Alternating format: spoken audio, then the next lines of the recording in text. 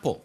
A Chinese court ordered it to stop selling older iPhones over there because they say it infringed on 2 patents held by Qualcomm. Apple is down 2%. That's $3. 165 on Apple. Back to the overall market, in sharp decline because of the walking away from that vote on Brexit tomorrow. Jonathan Burkan is with us, financial advisor and senior vice president at Morgan Stanley.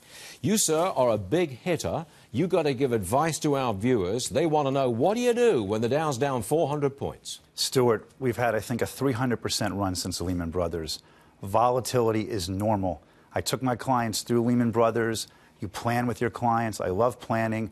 People have to stay focused. You're going to have volatility, but we're going to get through this. Don't sell, don't panic. Is that the message? I do not think people should panic when you have, we can't control global events. We cannot control the news that happened today.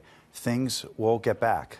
Do you have some, wait a minute, I'm picking up on that expression. Things will get back. So this is a temporary dip. We'll come back strong on the other side? I can't predict dips, but I can say in the long term, I believe the economy is good.